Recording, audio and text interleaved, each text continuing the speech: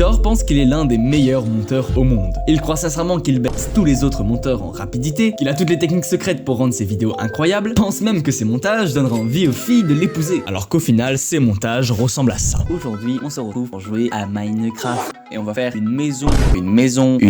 Dans les commentaires de mes vidéos sur mon serveur Discord, il y a des gens qui pensent être de très bons monteurs. Mais il y en a, c'est vrai, c'est le cas, mais pour la plupart, ils sont à chier. De toute façon, on peut pas savoir si on est le meilleur monteur au monde, mais il y a une façon de savoir si on est un bon monteur ou pas. Aujourd'hui, tu vas répondre à un questionnaire qui va te donner des points de monteur, et en fonction de ta réponse, écris sur une feuille le nombre de points que tu as eu, et le plus tu as de points, plus tu te rapproches d'un bon monteur. À la fin, il y aura un barème qui va te dire si t'es un débutant, si t'es un peu dans la moyenne, ou si t'es l'un des meilleurs monteurs au monde. Allez, on commence. Si tu illustres tes vidéos avec des images, des vidéos, c'est plus un point. N'importe lesquels, ça peut être des trucs sur Pexel, ça peut être des trucs de stock footage, des trucs sur YouTube, etc. Donc là, si t'as compris, tu notes sur un bout de papier. Maintenant, si c'est des illustrations originales, qui ne proviennent pas de sites de stock footage, c'est un point en plus aussi. Si ce sont des illustrations que tu produis toi-même, et ben c'est encore une fois un point en plus. Par exemple avec des dessins ou de l'animation, des vidéos que tu te filmes toi-même. En gros, moi ma chaîne c'est sur le thème du montage. Du coup, je me filme faire du montage et je la mets dans ma vidéo pour l'illustrer. Par exemple, vous avez une chaîne YouTube de muscu, vous dites faites des développés couchés. Là par exemple, si vous avez mis une photo de vous qui fait du développé couché, et ben là vous pouvez vous mettre un point en plus. Si quand tu fais apparaître une image à l'écran, tu rajoutes une petite animation d'apparition, c'est un point en plus. Si tu ajoutes des zooms à ta vidéo, si ta vidéo ne reste pas fixe comme ça, c'est un point en plus. Il faut qu'il y ait un mouvement pour pas que le viewer s'ennuie. Si tu utilises des sous-titres, c'est plus un point. Les sous-titres, c'est une excellente astuce de rétention et sert à capter l'attention du spectateur. Mais il y a une petite erreur, si on en met tout le temps, et ben on compte ça comme 0 point. Si tu ajoutes des sound effects durant tout le long de la vidéo, pas juste au début ou pas juste pendant la vidéo un petit peu, c'est un point en plus pour toi. Pareil, les sound effects c'est ultra important. Moi je considère qu'une vidéo sans sound effects c'est une vidéo morte, une vidéo qui n'a pas de vie. Je sais, vous pouvez peut-être dire que c'est abusé, mais le son dans une vidéo c'est 50% de la vidéo. Donc occupez-vous du son. Pareil, dans le même thème, si vous mettez des musiques dans vos vidéos c'est plus un point. Et si vous jouez un peu avec la musique, c'est-à-dire vous coupez la musique à des moments, par exemple à un moment drôle vous coupez la musique, c'est plus 2 points. Attention, des questions sur la communication de monteur. Si tu publies du contenu sur le thème du montage vidéo sur les réseaux sociaux, c'est 5 points en plus. C'est ultra important d'être actif sur les réseaux, surtout pour trouver des clients. Cette technique vous permet de vous faire contacter vous-même, de montrer votre talent si vous n'avez pas de portfolio, et même pourquoi pas de gagner de l'argent avec YouTube. Prendre l'exemple de cette chaîne. Faire ça c'est quelque chose que pas tous les monteurs pensent à faire, et c'est vraiment ça qui va faire la différence entre vous et d'autres monteurs. Si tu travailles pour un client et que tous les jours tu lui donnes des mises à jour du montage, c'est plus 2 points pour toi. C'est très important de tenir le client au courant de ce qui se passe. Faire ça, ça vous aidera à plein de choses. Imaginons que vous êtes en retard, si vous a dit de rendre le travail samedi, mais que vous pouvez pas, que vous devez rendre dimanche, en lui donnant des mises à jour tous les jours, ça va le montrer que vous travaillez dessus, que vous n'êtes pas juste un branleur, et qu'il y a une raison pour laquelle tu n'as pas pu terminer le montage. Bref, donne des mises à jour à tes clients, c'est ultra important. En plus, ils vont kiffer ça. Si tu as un portfolio, c'est plus 2 points. Le portfolio, c'est quelque chose de très important si tu veux trouver des clients. Montrer ton travail à des youtubeurs. Pourquoi ils t'embaucheraient s'ils ne savent même pas comment tu montes? Et là, je sais très bien ce que vous allez me dire. Non, je peux pas avoir de portfolio parce que pour avoir un portfolio, il faut avoir des clients,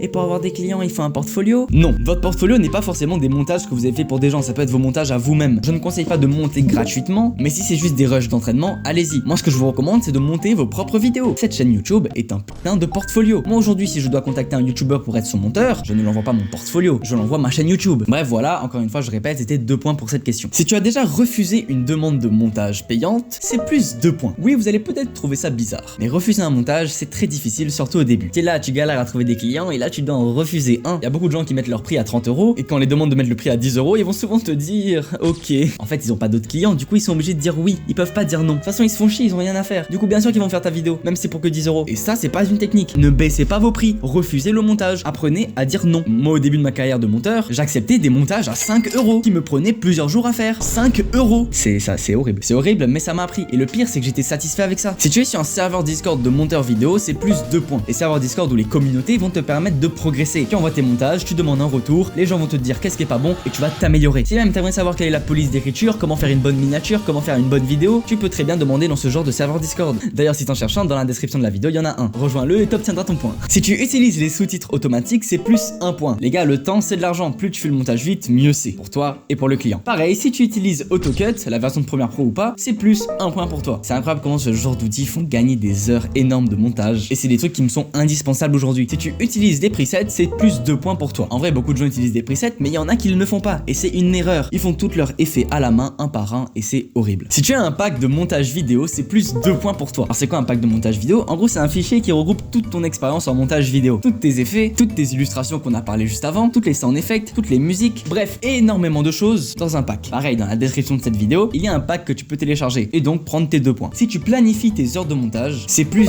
2 points pour toi. Dans le montage vidéo, c'est ultra important d'être organisé. Moi, je vous conseille vraiment d'utiliser un Google Calendar, mais vous pouvez très bien écrire sur une feuille les heures à laquelle vous allez travailler sur votre montage. Ça va juste propulser votre productivité. Vous allez voir que vos montages, vous allez faire 100 fois plus rapidement. Ce n'est pas une blague. Si tu es abonné à cette chaîne, c'est plus 1 point pour toi. C'est une chaîne YouTube de montage, tu apprends des trucs, c'est gagnant-gagnant pour toi comme pour moi. Si tu as tes fichiers qui sont bien rangés dans l'ordre, c'est plus 1 point pour toi. Les gars, il y a les gens, leur organisation, c'est le bordel. Entre les gens qui ont leurs fichiers sur leur bureau, les images d'illustration dans des dossiers random sur leur PC, vous êtes des baisers ou quoi? Je vais vous montrer, voilà comment moi j'organise mes fichiers, tout est bien dans l'ordre, tout c'est tranquille. C'est pas compliqué en soi, hein. Juste tu prends une petite après-midi à tout ranger, tout classer et c'est bon. Et comme je te l'ai dit précédemment, si tu télécharges des packs, t'auras même pas besoin de les ranger, ils seront déjà rangés à ta place. Si ton logiciel de montage est bien custom, que t'as mis tes propres raccourcis, que t'as modifié un peu l'interface, et ben c'est plus 1 point pour toi. Les gens qui utilisent les cuts de Premiere, mais vous êtes des fous. Et même l'interface de base de Premiere est moche. Voilà comment moi je custom un peu mon application. C'est beaucoup plus ergonomique de faire soi-même les choses. Si t'as déjà eu quelqu'un qui t'a contacté, et je précise bien c'est lui qui t'a contacté pour un montage vidéo payant, c'est plus 1 point pour toi. Quand c'est les clients qui viennent directement vers toi, on peut dire que t'es un plutôt bon monteur. Voilà, t'es plus le gars qui allait spammer dans les emails et maintenant les gens viennent te demander. Et quand c'est quelqu'un qui demande, il y a beaucoup plus d'avantages. Tu peux choisir les prix toi-même, tu peux choisir ta deadline toi-même, etc., etc. C'est toi le boss. Si t'as déjà réalisé un montage à plus de 50 €, c'est plus 1 point. Pareil, si t'as déjà fait un montage à plus de 100 €, c'est 2 points. Et voilà, tu fais x2 à chaque fois, 200 € c'est 3 points, etc., etc. Si tu as des objectifs précis déterminés sur un temps, c'est plus 1 point. Par exemple, essayer d'avoir le même style de montage que ce youtubeur, essayer de se former pendant une semaine sur Premiere Pro, bref, plein de trucs comme ça. Ok, c'est parti, passons aux résultats. Si tu as entre 0 et 10 points, je ne peux pas te considérer comme un monteur vidéo. Bien sûr, tu peux progresser, t'améliorer, et bien sûr, je l'espère pour toi. Entre 10 et 20 points. Là, le niveau, il monte un peu, ok? Là, vous êtes plutôt bon. Vous avez peut-être déjà eu vos premiers clients, vous avez peut-être fait déjà vos premiers 200, 300, 500 €. Franchement, c'est déjà pas mal. Si vous avez entre 20 et 30 points, là, vous êtes un monteur expérimenté. Vous êtes fort en communication, vous savez faire de bons montages, vous avez probablement eu plusieurs clients dans votre vie. Là, franchement, très beau gosse, mais tu peux encore t'améliorer. Et si tu as plus de 30 points, là, t'es vraiment un giga, méga putain de monteur vidéo de l'amour qui tue. Je pense vraiment que ça t'a rapporté pas mal d'argent. Et franchement, là, je suis énormément fier de toi. Bravo, tu es même peut-être plus fort que moi. Je te serre la main. Je te serre la main. N'hésitez pas à partager vos résultats dans les commentaires. Je vous conseille vraiment d'enregistrer cette vidéo et de la faire dans un an ou dans quelques mois pour voir si vous avez progressé. N'oubliez pas de liker, vous abonner et je vous dis à plus.